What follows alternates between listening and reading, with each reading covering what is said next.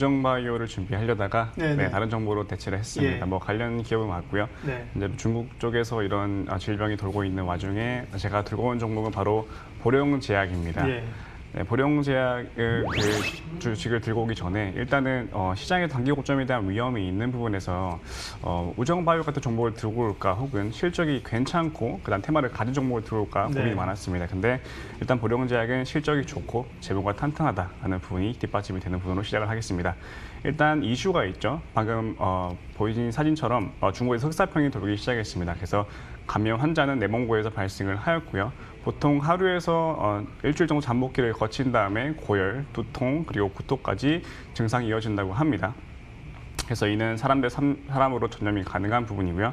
흑사병의 원인은 바로 쥐인데요. 이 치료제는 페니실린이라는 그 치료제가 있습니다. 그래서 시장에서 이를 제조하는 기업들이 주목을 받고 있는데 보령제약이 지금 페니실린을 제조하고 있다라고 보시면 될 것 같습니다. 그 두 번째 이슈는 바로 코로나19 관련인데요. 스페인 파마와 독점 판매를 계약을 했고요. 그다음 다발성 고울술성 치료제, 이를 아플리딘이라고 부릅니다. 그래서 코로나19에 대한 항바이러스 효능을 시험을 완료로 한 치료제라고 볼 수 있겠는데, 이는 렘데시빌에 비해 최대 2,800배 아주 농도에서 항바이러스 효과를 확인을 했고요.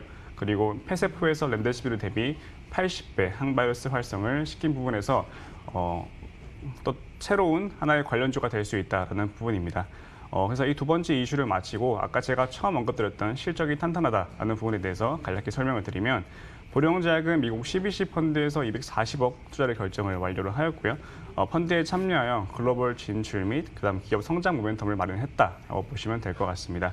그리고 오픈 이노베이션을 통해서 신약 파이프라인 강화에 좀 힘을 쓰고 있다고 보시면 될 것 같고요. 국내 항암제 시장에서 최고 영업력을 바탕으로 해서 시장 점유율을 확대를 하고 있습니다. 그래서 우수한 생산시설 가동률이 높아짐에 따라서 매출 및 이익에 기여를 하고 있고요. 수탁 생산을 하면서 지속적인 성장이 가능성이 있다고 보시면 될 것 같습니다. 가장 제가 언급드리고 싶은 부분은 재무적인 측면인데요. 현재 매출액이 꾸준히 성장하고 있음에 따라서 영업이익 또한 상승하고 있는데 17년 대비 영업이익이 약 40배 증가한 부분이 가장 눈에 띄는 부분입니다. 그래서 기술적인 분석을 한번 하자면 상장 이래 최고가를 형성하면서 주가는 역대 최고치를 갱신하고 있습니다. 그래서 여기서 조정이 나오더라도 추가적인 상승의 모멘텀이 있다라고 보여지는 부분이 가장 긍정적이고요. 결론적으로 따지면 현재 탄탄한 재무 아래 현재 가지고 있는 테마 흑사병과 코로나 관련주로 인해서 추가적인 모멘텀이 있다라고 보여지는 부분이고요. 가격 전략은 매수가는 16,200원 부근을 보겠고요. 매도가는 좀 높게 2만 원 보고 손절가는 짧게 15,500원 잡겠습니다. 일단 카카오에 대한 매수 의견은 먼저 X를 드리겠습니다. 네.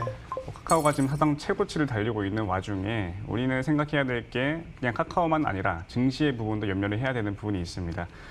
지금 카카오가 언택트 대표주로 해서 네이버, 카카오가 연일 급등세를 나타나고 있는데 우리는 증시를 조금 보자라는 부분이고요.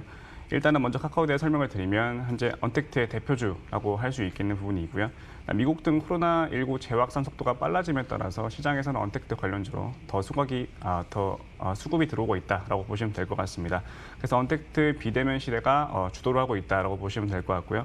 언택트 소비가 늘어남에 따라서 결제, 그다음 결제 편의성 기반으로 해서 대형 인터넷 기업들이 뜨고 있는 상황이고요. 그로 인해서 온라인 쇼핑 시장 또한 점유율을 높이고 있는 상황입니다. 카카오페이 또한 한국 증시 그리고 카카오 재팬, 일본 증시 각각 상장 예정에 있고요. IPO로 인한 기업 가치 또한 상승으로 인해 보입니다. 그래서 코로나 영향 직접 받은 2분기였지만 카카오와 네이버는 실적이 꾸준히 우상향을 그리고 있는 부분에서 되게 긍정적인 부분이 있습니다. 그래서 모바일 플랫폼 광고, 쇼핑, 검색 광고, 안정적인 매출 성장이 지속되고 있는 부분이 있고요. 그리고 비대면 소비 증가에 따라서 소셜 커머스 그리고 결제 사업 성장이 흐름이 예상이 됩니다. 모든 면에서 좋다고 볼 수 있긴 합니다. 근데 다만 지금 증시 코스피 그리고 코스닥에 대한 증시 단기 고점에 대한 부담감에서 지금 새로 신규 투자자가 들어간다고 하면 어느 정도 리스크를 안고 들어가기 때문에 저는 매수 의견은 X를 먼저 드렸습니다. 네. 하트를 드리겠습니다. 예. 넷마블은 굉장히 이번 연도 크게 갈 수 있는 종목이라고 저는 약간 자부하는 종목이라고 할 수 있겠습니다. 네. 현재 4거래일 연속 상승하면 시가총액이 약 10조 원 돌파를 코앞에 두고 있는 상황인데요. 상승할 수 있는 명분 두 가지를 설명을 드리겠습니다. 첫 번째는 2분기 실적 호조고요. 두 번째는 SK바이오팜이 촉발한 IPO 시장, 공모 시장 열기를 통해서 빅히트 엔터테인먼트가 상장, 하반기에 상장 가능성이 있다는 부분인데요.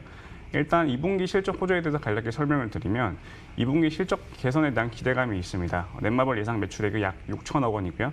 영업이익은 600억에서 700억 정도 전망이 되는 부분입니다.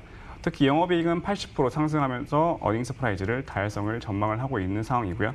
그리고 지난해 인수한 코베이가 있죠. 그래서 코베이는 약 1분기 영업이익이 1,389억이 그리고 코로나19에 불구하고 전년 동기 대비가 약 3% 증가를 하였습니다. 그래서 매출액 또한 약 9% 증가한 수치입니다.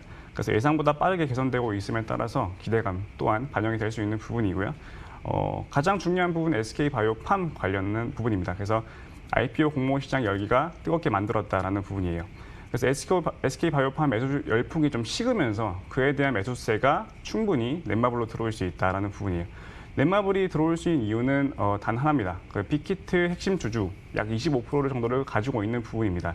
그래서 만약에 빅히트가 3에서 4조 원 정도의 기업 가치가 인정이 될 시에는 넷마블은 약 1조 원 규모를 빅히트 주분을 보유하고 있기 때문에 2년 만에 약 8천억 원 정도의 수익을 얻을 수 있다는 부분입니다. 그래서 이 부분이 가장 이번 연도 하반기에 핵심으로 볼 부분입니다.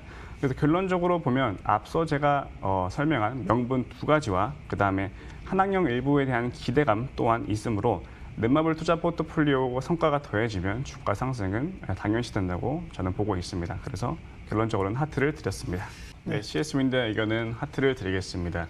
오늘 되게 좋은 종목이 많은 것 같습니다. 예. 그 결론적인 이유는 바로 재무가 좋기 때문인데요. 네. CS윈드에 대해서 간략히 설명을 드리면 폭격 발전 수요가 증가에 따라서 윈드타워 공급 계약을 계속 만들어내고 있다는 부분이 가장 인상적인 부분입니다. 최근 핀란드와 베트남 그리고 윈드타워 공급이 계약함에 따라서 계약금이 약 420억 원이었죠. 그리고 3일 그리고 6일 각각 1,098억 그리고 133억 원 규모의 윈드타워 수주를 계약을 했다는 부분입니다. 그래서 2분기까지 CS윈드는 5억 달러 이상 수주를 완료를 하였고요. 그래서 이는 2020년 수주 목표 7억 달러의 약 72%를 조기 달성했다라는 부분입니다. 그래서 글로벌 풍력 발전 시장의 성장 가시화가 돋보이는 상황이고 그에 따라서 고객사들이 선제적으로 이 회사에 좀 근접을 하고 있다는 부분입니다. 그래서 풍력 발전 시장은 코로나19 영향에 거의 미치지 않고 있으며 실효성 증가세는 꾸준히 이어갈 것으로 보이는 부분입니다. 근데 가장 좋은 거는 기술적인 분석입니다. 52주 신유고가를 갱신하고 있으며 위에는 더 이상 매도를 할 수 있는 매물대가 없는 상황입니다. 그래서 실적 모멘텀이 받침이 되면서 신고가를 갱신하고 있기 때문에 저는 추가적인 상승 모멘텀은 충분히 남아있다고 생각하고 있습니다. 그래서 결론적으로 보면 기본 상승의 가장 기본이죠. 재무제표가 탄탄하고요.